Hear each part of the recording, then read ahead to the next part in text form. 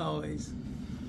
Primo Juan, what are your earliest recollections of going to Laredo and visiting our Solis grandparents? For me, it was an every other weekend event, right? It was every other weekend we were in Laredo growing up until I was, 11 or 12. And so it was always enjoyable. It was for our holidays. We always took something to the barbacoa or something we took down. But for me, they were quiet, peaceful visits, right? Because you had the house, you had us, and it was an adaptation of what Grandpa and Grandma had as far as their life. As an example, Grandma would always welcome us. There were times we left Friday afternoons, other times we left first thing Saturday. But when we left Friday afternoon, we wouldn't get there till maybe 7 or 8. Dinner was ready, we were all ready, and then we'd just spread out and go to sleep, right? Because that was the way it was. I remember the water cooler. It was a water cooler. There was no air conditioning. By the time we were there, the outhouse was out there but not used. They had the indoor. I mean, they had an indoor made with cedar blocks with cinder blocks, bathroom and shower, right outside the kitchen, and then so we slept kind of in the middle room.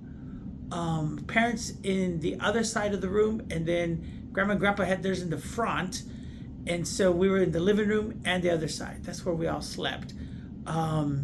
It was fun because I had the privilege of going with my dad and Grandpa across, because Grandpa always did the shopping, so he'd go across. So we would leave in the morning, the three of us, and they would go and buy whatever meat was going to be cooked or whatever was needed to be done. It always included a stop maybe for a beer, which they always had together. And I'd just sit there and drink a soda and peanuts, if I remember correctly, and just listen to their stories as they were discussing what they were going on to do. The other times that we went to Laredo was always for weddings. The weddings, the quinces, really more weddings. All of the family was just getting married at that time, right? Including, I think, your dad's wedding, the Ornez wedding. Other weddings is what we saw, sorry. And so for me, I think the biggest thing was just how things got done with family. I remember the hotel was right across the river to the left, and it was a beautiful hotel, and we always got there. It was always the same menu. It was the same chicken something, dessert, plenty of music. And the Solis thing was there that I learned. We fell asleep. You fell asleep on the chair. It didn't matter. It wasn't time for them to leave. The parents, they were going to party to the end. Sometimes we had responsibilities, like meaning we were going to take presents to the houses or do something else with it, right? And so that was the other responsibility. But the visits to Grandpa and Grandma were nice, quiet afternoons on the porch was nice. Watching TV in Spanish, which are like trying to learn Spanish pretty damn quick. Otherwise, it was, and then during the holidays, like All Souls Day, Dia de los Muertos, we went across. So Dad was the oldest. So my perspective is kind of different because Dad was the oldest. I think our family saw things differently from other families, and the fact that Dad took a real strong responsibility to make sure that his parents, he was a combination Dad's boy and Mama's boy, right? They never were without, according to him, right? Every Christmas had to be something nice. Every birthday was recognized, and then also our grandparents who were buried in Nueva Laredo, and so us visiting, taking flowers, making sure that we understood who was there. Dad would show up, and we would be directing people. He would be directing people to make sure that they cleaned the rocks and everything else. And at first, after Grandpa died, the same thing with the gravesite in Laredo, right? We were there. It was definitely a visit. I love the tradition that Dad always left the beer there after he would open a beer, because he and Grandpa would always drink beer. So he'd drink a little bit and then leave it there. That was his tradition for his dad. But I will tell you, it was always interesting because we understood that when we went to visit it, like Tia Concha, Tia Sofia, the other ones, it was a matter of going as to me it was different because we were representing the family, right? So, oh, here comes Pancho. So if people were like, oh, the licenciado, they would give him all sorts of titles, but because he was the oldest, people recognized that. So even when we went to visit people in Alice, in Zapata, we would go visit the Blue Bonnet Cafe. We'd go, and it was like, oh, he's representing the family, right? So Dad was kind of the de facto representative of where we went places, and we took Grandma and Grandpa to Lampazos to go see that. Mexico City, of course, when Grandpa got sick, but it was always, Dad was like, I need to be there, and we would be there. We would go to the I believe it was called the Blanco, the Rancho Blanco or something like that, where we celebrated Easter. It was a different park that was out there. And then I tell you one thing that I learned from him that I still carry, right, was just, which comes to the rest of the family, just how appreciative he was of his brothers and how proud he was of his brothers and sisters. He took great responsibilities for them. Whatever they needed, he was going to make sure. I think at one time, the family would spend time at our house, maybe just for a month or two as they were settling on something or doing something.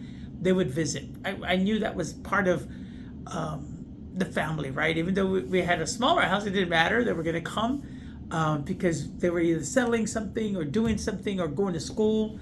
And in particular, Theo Joe. I mean, your dad was special for my dad, because what was interesting, he was the one that got most bragged about, right? Theo Raul was there as a recognized mechanic and smart, and when we were 1 week in Laredo, next week we were with the rest of the family in San Antonio. So either we were at Theo Raul's or we were in Laredo. And so there was always family functions that we never missed. Those days at Theo Raul's house were wonderful. He would be barbecuing, there were poker they were playing. It was always about family. So you kind of learned that part. And the same thing was happening as things were growing, right? People getting married, events that were happening, birthday parties. We never missed it. My parents were very social. They attended stuff. They had bowling leagues, right? Dad and Mom were on the same team. Mom was on her own team. They did things. They would go to the high and buys, which were the famous things at Fort Sam in particular, where it was a Friday afternoon, and the high was welcoming the new personnel, and buy was sending to the retiring people. But it was a party, so they were there every Friday. They loved, and that I think came from Grandpa and Grandma, right? From Grandpa in particular. Although he was not as social, because we never saw him go anywhere. It was always family oriented, right? It was always bringing it back to family. So to that point, if I remember correctly, if we wanted to go to the Reinera, right, with Tio Juan and Tia Sofia's family, we would go by. Tia Concha was somebody very, very important. And Tia Concha to Dad he was her consentido, meaning the favorite nephew.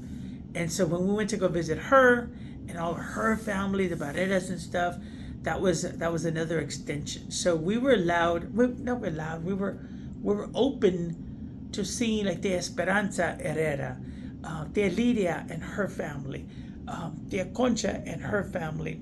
And so as Dad was traveling, we went along with him, right? Whether it was Alice, whether it was the other city, I can't remember the other cities, but to me, that was an extension of how he treated Grandma and Grandpa. So when Grandpa died, it was he that automatically bought a house for Grandma in San Antonio so she could come live in San Antonio.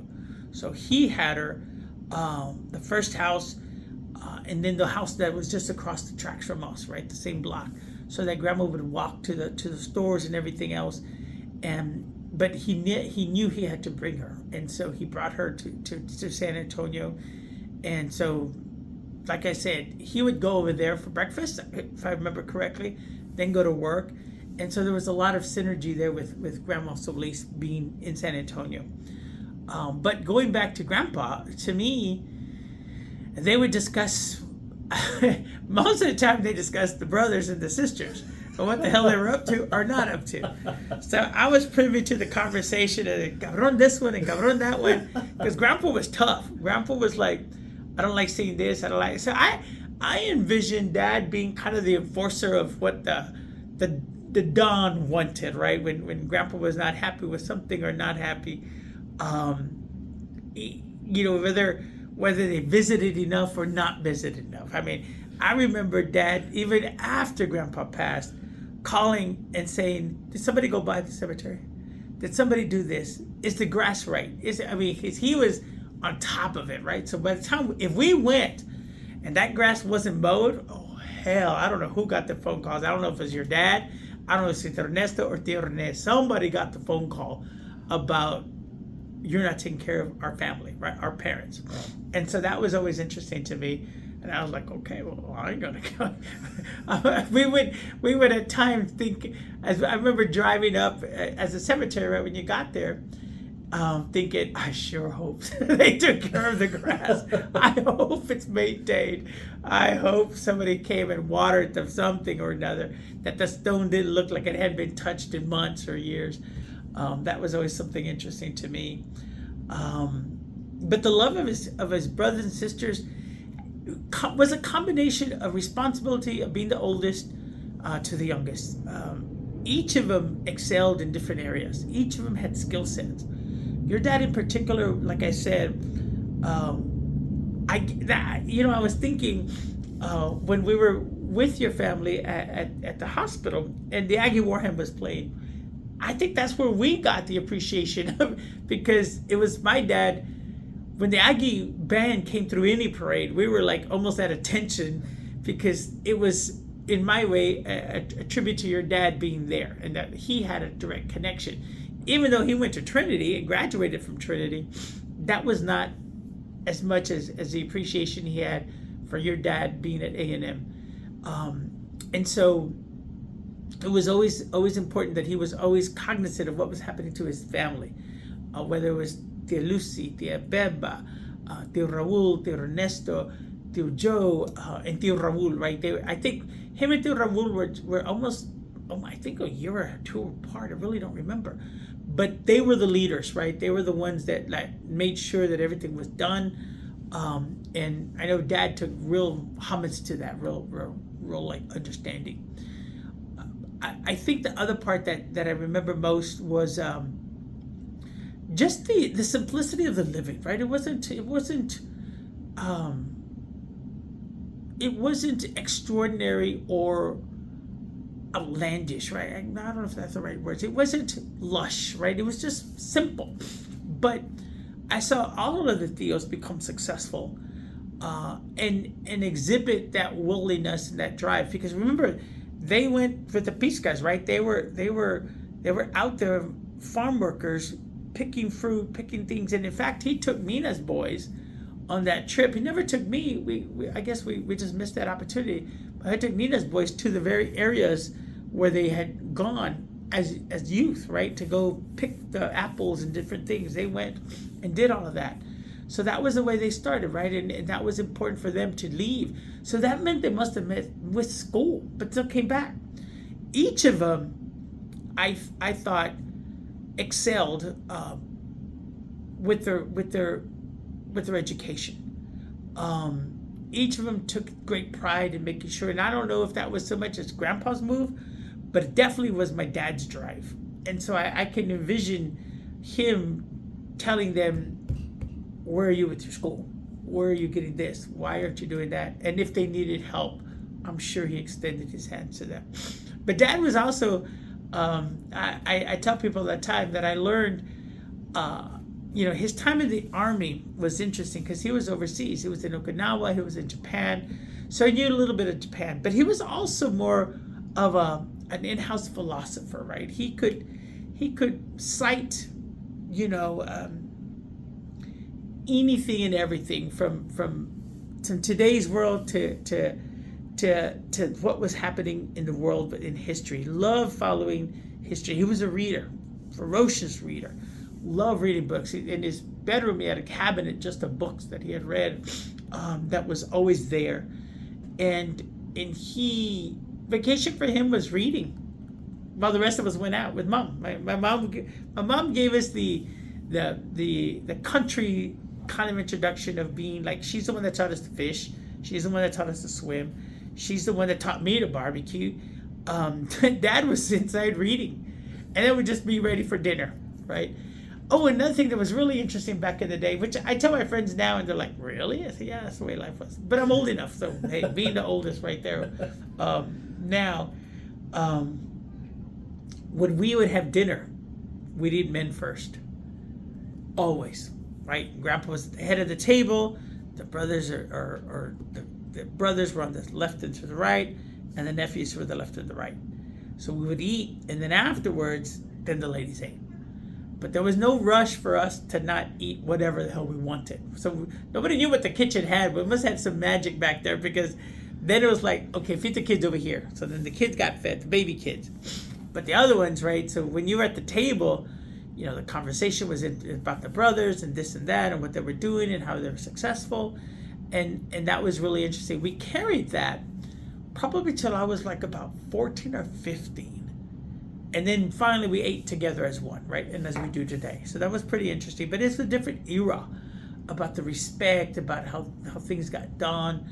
And I think that was carried by Grandpa. So Dad made sure he had a new Stetson every year. He had the clothes that he wanted to wear. Probably clothes he probably didn't even have as a youngster or even as an adult. But Dad made sure he wore suits. He had suits, he had things.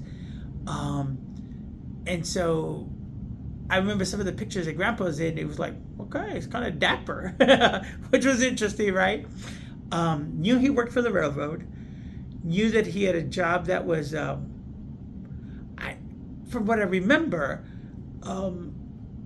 he was quiet, but yet loved. I think one of the interesting things to me that I saw as an evolution was his appreciation of watching TV. Like the sports stuff and things like that. So it wasn't that he had to leave. It was all coming to him now, which was pretty cool. We would sit down and watch. It was also my introduction to the afternoon siesta. We used to take a nap. It was like, hey, and everybody had to take a nap. And we're young and we want to do it. Shut up, go to sleep. So we had to take a nap. I remember that. That was always interesting, because all of a sudden, about 1 o'clock, 1:30, it was like, and we were on Farragut, right, the big house, and it was like, Grandpa's going to sleep. And we're like, what for? During the day. So then we all had to be quiet, and if we were going to watch TV, it was just on, no sound. It was just different, right? So we learned that, right? It was like, okay. And that's so a that Spanish, was and that's a Spanish tradition. Big time, right? Lampazos. What do you recall? Because that's where Grandpa Solis was born. Do you remember? No, we never went. For us, I think it was just like a vacation, or once or twice, that I know Dad wanted, as he was getting older, Dad wanted to take him one more time to visit his city. So we went, and we spent around, and I remember us driving around to see the old streets and what he had done.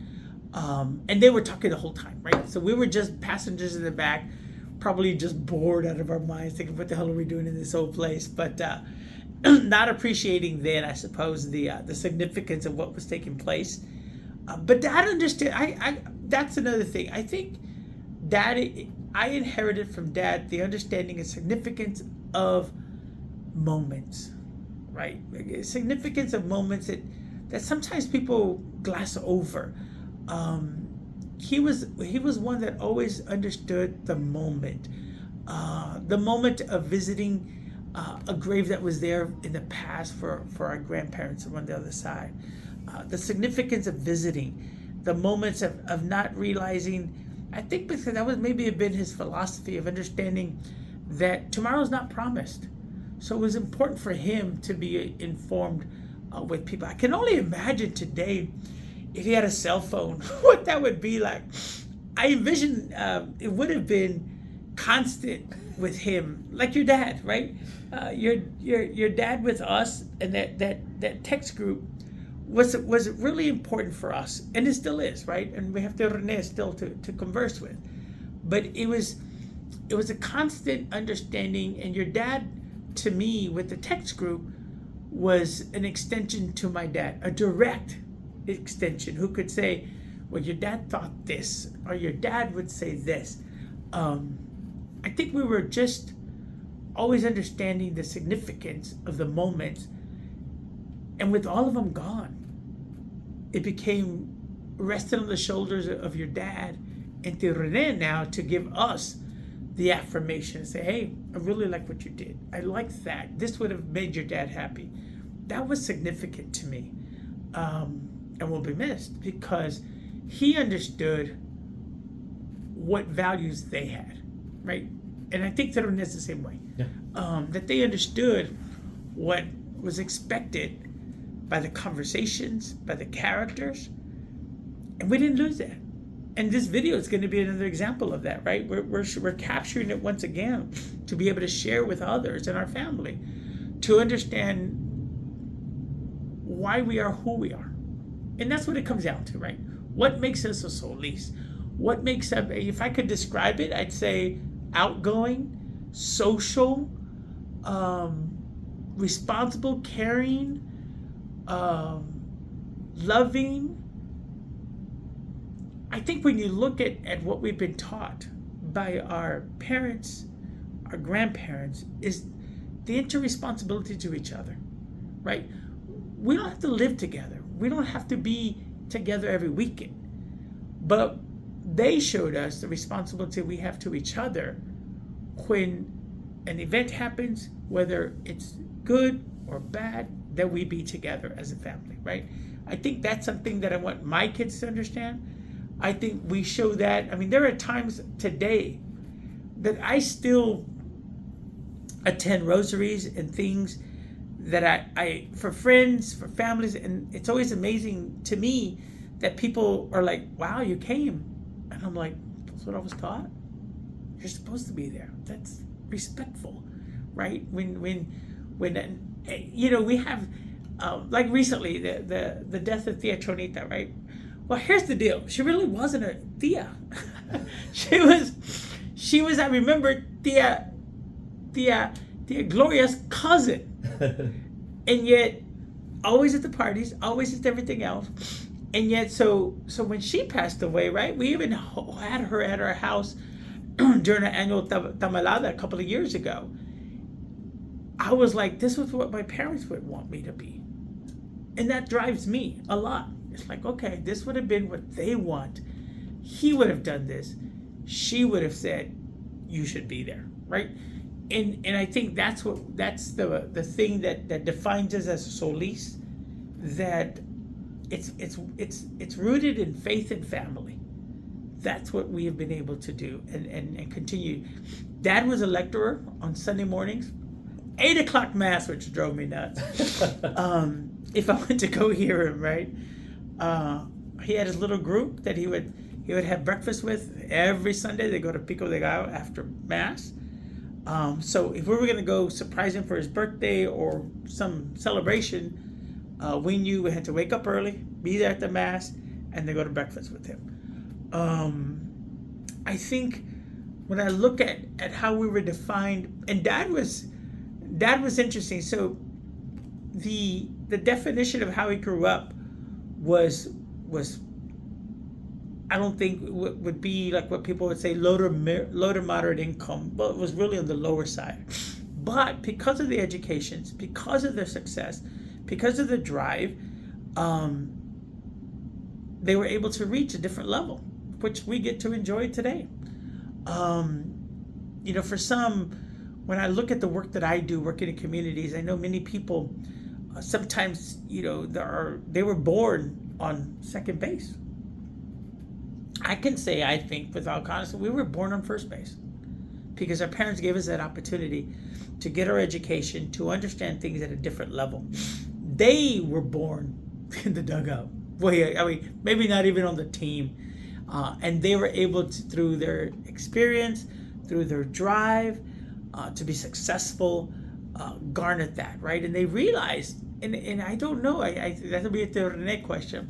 I suppose that drive for education came from Grandpa Solis, and then driven home by my dad. I know it was driven home by my dad.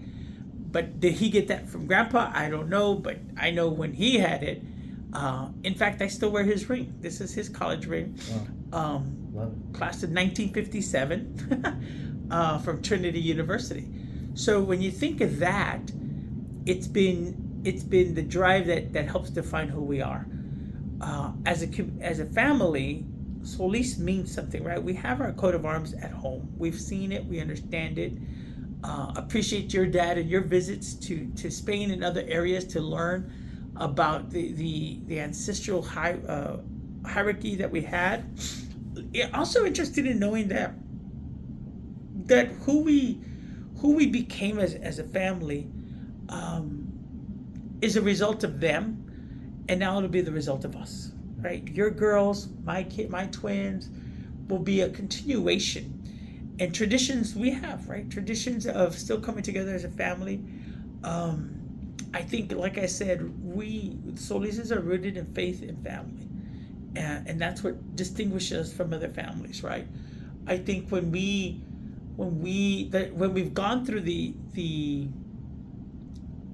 maturity of life, right? Understanding people, I mean, like losing David, like losing Nina, siblings. It was difficult, right? And yet we were okay, right? We understood that was part of what our faith teaches us and what we learned as family. And so that one was difficult, but there's a resiliency about being a Solis, right? There's a resiliency of understanding that all is not perfect, as that is the promise, but there's also an understanding by us that our roots are deep. Our roots are strong to take over even the passing of our parents. And so when that happened, you realize, okay, I was entrusted with an understanding. I was entrusted with an understanding of how to continue. So when I'm in Laredo, I go visit. I go visit the graves. I take the beer. I have my drink or two to honor my dad, to honor his dad. And so those things are for me forever. I love it. In reference to our grandmother Solis, this would have been Aurora San Martin Solis. She was born in Candela, Mexico. What memories do you have of her? I never had a chance to really meet her. I met her later as she was having health challenges here in San Antonio. But share some.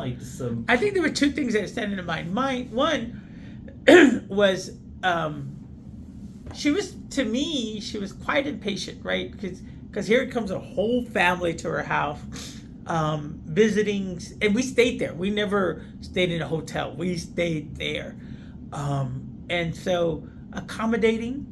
I remember her more when she was in San Antonio, walking to the Handy Andy to do her own groceries. You're like, hey, wait up, what are you doing?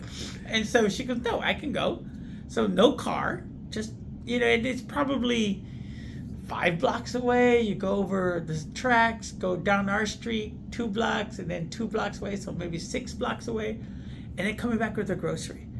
Very self-sufficient. I think, I don't remember, except listening, my dad, listening to her, being with her. Then she had the Abeba in her family, so it was the Abeba, Michelle, and Curtis, and so they always interacted. Sometimes Grandma was like, again, calling the enforcer. Hey, the kids are acting up. And guess who had to go, right? Dad would go over, but Grandma was to me loving, quiet. It was interesting because the dynamic between her and my mom was interesting because Dad every day called of what he wanted. This was interesting. At 1 or 2 o'clock every day, he called home to say what he wanted for dinner, and that was ready for him when he got home, right? And then so Grandma, on the other hand, was, of course, that was her son, so he would go over there, like I said, in the mornings and stuff like that, and have whatever he wanted, because she would make his best foods, right? So she was a great cook. My dad adored her. Again, wanted to give her whatever she had never had before. That was always his theme that he provided for her. But interactions for me were probably very limited. I think Cindy walked with her to the stores and went with her more, so there was more action there. And I don't know if even Cindy slept over there sometimes when they were like, maybe she was gonna be by herself or something like that. So all I would do is go cut the grass. That was my job over there at the 223 Carmen. We were 106 Carmen. And then when they first got a house, and that was all the way off of Suncrest or Windcrest, Suncrest, something like that, some crest. It was a little further, but we would go visit, of course. When Grandma would go visit and see what she needed, take her to the stores, etc. But I think what I loved about her, what I thought was really interesting, was her independence. It wasn't a question of like, take me. I'd take care of it myself, was her attitude. Nice. And she did, which I thought was pretty bold for an older lady, born of that year, especially with her dad. I mean, her husband, our grandpa, who, like I said, I told you, he brought home the shopping and then said, this is what I want, right? So I don't remember ever her, like even for my mom, there were times when she'd tell my dad no or something like that, and they'd have an argument or something, and that's fair. I don't remember her ever saying no to Grandpa Solis, right? I don't think that was even heard of in those years, right? Like, what are you talking about? She had Tia Sofia already, so Grandpa had married her already with the child, right? So I guess the fact that Tia Sofia was part of our families was key from the onset, right? She was the first one, and then Grandma had my dad, and then Raul, and then down the line. And so I think that was really interesting how they, how Grandpa made that big. Think about how progressive that was. Yeah. Oh yeah, definitely. A decision like that, progressive as all hell. I suppose that was that was the late 20s, because Dad was born in 31. So they're talking 29, probably during the crash, that he married her with a child already. So the progressive thinking showed me at least there was a section of him that had compassion and empathy to accept Grandma and to say, yeah, let's live together, right? Let's get married, and never ever changing later on to say, no, that's not my child. They were always together. We celebrated as one. Tia Sofia's, I think our first, I'm pretty sure, because I have a picture of me. My first birthday party was at Tia Sofia's house. She had a big backyard, an outdoor barbecue pit, what I always remember was pretty cool. But yeah, she had a beautiful house on a corner. So we'd go, that's where I'm pretty sure it was my first birthday, or Nina's birthday. I mean, it was probably mine. Sorry, Nina, but Nina's not here. But so it's one of those things. Cindy and I joke all the time. Since nobody else is here for Nina, I guess we could rewrite history. We'll just say it was this way. We're like, yeah, Cindy, you agree? Yeah, I agree. Okay, so we can rewrite history. But yeah, so my first birthday was there. I think that's about it. And as a pair, as a couple, or Solis grandparents, the dynamic between the two of them, do you ever remember them conversing or laughing or? Yeah, no. I saw it really interesting. For me, I think what was interesting was, like I told you, we made sure, I know my dad made sure, damn sure, that for every wedding, they were ready, dressed properly, to the nines. I guarantee you, without even thinking, we took them. I guarantee you, we were the escorts to get them to where they needed to be. So the conversation, yeah, I can remember them always being together, talking. But then again, when Dad was there, it was him and Grandpa, right? She was more conversing with my mom, so I was in the front, like on the porch. It wasn't all of us on the porch. No, hell no. It was Grandpa, my dad, myself, they were in the back, right? And so I don't remember them having, except the normal conversations at an event where they were just talking to each other. Yeah. The relationship between your father, my tío Pancho, and my father, any recollections of the two of them being together? I do. I for me, again, he couldn't have been more proud, right? Tío Joe was his drop-down story about the success of the family all the time. Oh, my brother Joe, valedictorian, A&M, aeronautical engineer. I could tell you the story because I heard it a million times as he talked to other people. As if his degree didn't matter. Tío Raul's significant degree and job was significant as a mechanic, working on planes and making things. I mean, that was no slouch of a job either. That was a complicated. I remember him going TDY, right, overseas to learn, to train. And that was like, oh, Tío Raul's doing that. So it was real significant, the work that he was doing. But the throwdown was always. Then Tío René becomes the banker. That was another significant position for my dad, right? Like, oh yeah, my son, my brother, René, the banker, right? The international banker, which was even bigger. So they were the ones, because they were the last of the Mohicans, right? No pun intended. They were the last ones. And so it was significant about your dad in particular was just, I remember going to your house in Fort Worth, or White Settlement, I think, I forgot what the address was. And his return to Laredo, and then back, right? I think the time that your dad, I've never told anything about it, but this is significant. I remember him crying the day he got the phone call from your dad that he was going to separate from your mom. He cried. It's the only time I saw him cry. And I know he would have been happy that they got back together. He would have been happy seeing what I got to witness as he was dying. And they allowed her holding him and talking to him. I think so. That was significant to me. That's how my dad saw things. It was significant for him. He was just sad that that had happened. But I think he would have loved to see what he saw, what I got to see and witness. It was great. So with your dad, the conversations were there.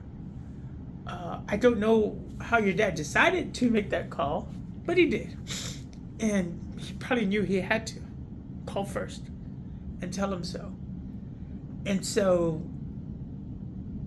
but the love that he had continued. And we, as family members, saw it over and over and over, right? So I think it was interesting that I was able to be there as he was taking his last breath. And I thought to myself, he would want me to be here. Earlier, Carlos said, don't visit. Okay, we didn't visit. We had visited last time he got sick. But it was but that day he said it's okay to visit. And what was interesting, we left, we were leaving, and me and Maria, and for some reason, everything was being delayed. Right? It's like, oh shoot, where's this? I don't know. Had to find this, had to find that. And then Maria said, hey, we got to take something like coffee and stuff. So we went to the Dutch Brothers, and damned if they didn't take the longest time. And I was like, we got to get there. And I saw the message that Carlos had sent to Tío René saying, we'll wait for you. Which means nothing was going to be done till he got there. So finally we get there. Find the damn parking spot. Right, that hospital's crazy. And we're coming out. And we're walking, and I went to the lady and said, we're looking for this floor, whatever Carlos had given us. She goes, oh yeah, it's around the corner of everything else. Well, who comes frantic, walking fast, and lost? It's Tío René. Wow. And I said, that's why we took our time. And because he was lost. He goes, I'm going to go with it. And I said, no, Tío, it's this way. It's this way. Because he was panicking, right? Because obviously he was worried about his brother. And he didn't know which way to go. I said, I got you. The next set of elevators. Let's go. We keep going. And he was like, okay. Because I came in. I wanted to make, and I could tell he was he was like, obviously, who wouldn't be upset? I remember having to go to see Nina when she had already passed. It's a terrible feeling. And so then we get there, and Carlos comes out, and we were gonna stand. We were just gonna wait. Carlos said, "No, y'all come in too." So we did. But I can only think that's where my dad wanted me to be. Absolutely. The concept of your father mentoring and caring for people. I remember in the mid-'80s when you were running for office, I was campaigning with him, and the way he would mentor people, give you advice, to this day, the advice he gave me, I still live by in terms of looking for bargains, saving items, so you always have gift items. Ironically, I brought a gift to you today. Yes, thank you. That was your father. It's who we are. Yeah. In terms of a long-term legacy, what message or what things come to mind as far as things you would tell our grandchildren, children, etc.? I think what it comes down to is what I said earlier, what I think internally drives us all, our faith in our family. Have an understanding of why we have a God with us. Our faith teaches us to understand that we're chosen and we have a purpose. And the purpose is to be defined. It's destined, but it's also defined, right? As you go through life, we find ourselves in areas where we can be successful with the skill sets that we've been given, with the opportunities that we've been given. For me, I would tell all our kids to just continue to trust that eventually the opportunity comes, that it'll meet who you are with what your purpose is. And so to always seek that, to always find that is important. I think for us to be able to encourage our family members, our siblings, as well as our children and grandchildren, to allow them to be them and to find who they are on their own. We serve as guides. We serve as examples of where we were given that freedom to be able to make choices, the freedom to be able to take our education as far as we wanted to, or as less that we wanted to be able to find a passion is to me the greatest thing of all, right? If you find a passion where you feel comfortable, whether it's in service, whether it's what you do, I think both my children have that already in them, that they have that passion for giving and being of service. It's natural to them, which I appreciate. But that was passed down. I tell you one skill set that was really interesting about my mom that she gave us, which my dad also had too. My dad used to help organize the church festival. He was in charge of the beer area. Because why? Because he was tight as hell with those guys, right? He would always, like, he was the one that said, okay, we have to make money this way. So he was always like a hawk, making sure nobody gave away any free beer, that everyone's like, okay, you got a ticket, you get some. Okay. So he ran it sharp. My mom, on the other hand, was the organizer for different things, right? She was at the school. She had the things that we did with the clothing and shoe booth, right? Because we were in 78207, right? So we went to school with kids from the Casiano homes. We went to church with kids from the San Juan homes. And so giving back was something we all learned. I guarantee you, every one of us, from Cindy to Emma, have organized and still stay organized events for people. And I see that in my kids, their ability to look at that and do something for others is key to who we are. So we're rooted, and encourage our kids and our grandkids to understand the value of faith and family. It doesn't mean that you're not going to have differences. It doesn't mean that you're at times, it's interesting. Mom had a saying, not hearing for you is a good thing. She said you were happy, you didn't have to check in. Dad was different, but she was like, I don't need to hear from you. I know then you're fine. When I hear from you, there's something going on, right? And so she was my saving grace during city council's my tenure. I would call her every day before the meeting. Every single Thursday before my meetings, and she would just tell me, "Give them hell," every single time, and that was my motivation, that I knew she was there, and it would always be somebody she was the one that I could count on to give me that pep talk. That devotion to service, Primo Juan, is amazing, because I also see it in my two daughters. Melanie, my oldest one, was very active on campus with various organizations, and Maggie, my youngest one, she's in public health, volunteering. But it was intriguing, because when I was in Laredo a couple of weeks ago and I spoke to Tia Carmen, she said, "Oh, your Tio Neto," or Ernesto, she would always call him, if someone needed a job, he would go and pick up that person and literally take them to the bank and tell the bank official, "I know you need an employee, here is the person to hire."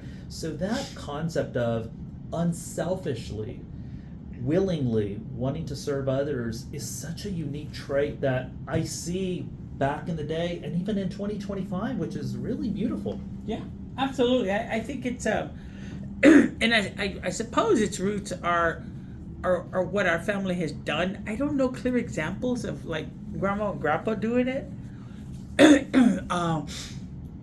but like the gift that you gave me, right? This beautiful gift, right? It's about the acorns. That's who we are. So it comes from the tree. So you have to know our parents came from their parents and what they learned, and so the acorns, which we are now we're the trees. Yeah. And So the acorns continue. So true. And when you think about that Spanish history from Candela, Mexico, Las Pasos, and you think that those are Spanish settlements that brought these unique individuals to this continent. And do you ever have any, or do you recall anything connected to certain Spanish customs? You brought up the siesta. Anything else, like somebody saying, "Hey," or could we have been part Jewish, converso? Anything in mind? No, I think our traditions. I think the going to the cemeteries and paying respect to those before us. It was there that you would hear the stories of the tios or the abuelitos and what they did. That to me is strictly us as a culture, as a gente, right? Now we're celebrating. We always understood the Dia de los Muertos responsibility. That meant going back, and now because of Coco, right? It's everybody knows what it means, and it's being commercialized in many ways. But the bigger picture is recognizing that it's a unique culture to us, and to the responsibilities we have to go visit, to remember that day, and the foods and the concepts. Maria, my wife, makes a great altar of all the people that have passed in our lives, with tributes and recognizing what they liked and what they didn't like. And so, what I think Solises do is we don't forget year round, because not only is it then that we celebrate it, but then we remember the day they died, remember their birthdays. I think when you think about it, it's almost year round. But that's, to me, is what, I don't know the origins of where that came from, but I'm assuming it's obviously Mexican in terms, but the influence were there. So those are the things that we carried, because I know the expectation was that we were going to take the flowers. Our car would be full of all these, what do they call them? Of the flowers, right? So this, not sets, I forgot what they call it, right? The vase and everything else. We were like have 5 or 6 in the car. We had to carry them, right, for the 2.5 hours to get to Laredo, because they had to be fresh flowers, which Dad always bought down over there by Grayson Street. They were freshly cut. We'd pick them up. We'd drive to Laredo and then make sure they went on the proper place. whether it was at the cemetery, which cemetery we're going to go to. Was it the Laredo one? That would usually be our first stop, and then we go so the time frames are different.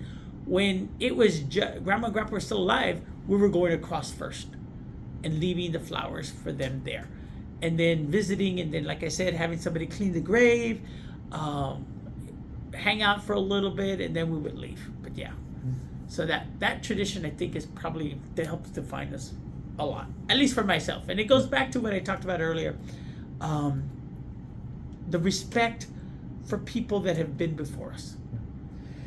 This morning I took a video cassette that our Tío Neto created with Chester, his son-in-law, to a local processing place to digitize it for this online project, which is a website, a YouTube page to memorialize my father, but it's also to celebrate the life and times of the Solis family. And it's stunning to me that Tío Neto captured the old Azteca neighborhood, and he wanted to share that with us. And here, 25 years later, we're going to hear his voice, which I think is so cool. And I'm hoping this project, which will continue, I think it's exciting because we can now share this online with future generations. I mean, reading a book is one thing, and most people don't like to read in 2025 unless it's a great bestseller or something. But biographies are hard to read. History books are hard to read. True. And I think this online platform will be a wonderful one. We haven't announced this yet, but I guess I'll tell you. But my mother and my brother have set up a scholarship fund for Martin High School. Good. For the valedictorian over there in the name of my father. And I'm hoping to interview those individuals. But thank you for taking the time to visit with me. And any other ideas or thoughts that come to mind? No, just one last one. I recently became appointed to the board of directors of the San Antonio Mexican Friendship Committee, and it's with the consulado. So the consul there's 30 of us, and it was interesting because we just had our first meeting last Friday. So we go to the consulado, and it was good. But the introductions, 4 of them mentioned being from Laredo. And so it was like, yeah. And so they're very proud, right? So then I said, yeah, my dad's born and raised. And they're like, right, Martin High School. Wow, okay. So our roots are there, not to be denied, right? Laredo's part of us. The history of Laredo is part of us. And I think when I think of how proud they have represented the city and our family, each of the siblings have done well. I love what Tia Beba was able to do with us, right? She'd take us places. Tia Lucy, being the social worker that she was, think about that, right? That's the root of who we are, right? And she put it into action. Tia Beba was always meeting people left and right and shared stories with us, which I loved. But the significance of who we were was also for us and our family was Tia Lidia. Tia Lidia, who lived in the house next door to them growing up, was the best for my family. And the reason was because when Dad came to San Antonio, he lived with her. He lived with her while he was finishing school, working at HEB. So that was something that I think at least our family recognizes that acorn of growth. But yeah, it was interesting. I love that. Once again, Thanks. Primo, thank you so much. And it's amazing that right behind you is Trinity University, where your father graduated, and here you are in I can see it every day. In a bank building, and so we've come a long way. Yeah, more to come. More to come. Thank you. All right, thank you.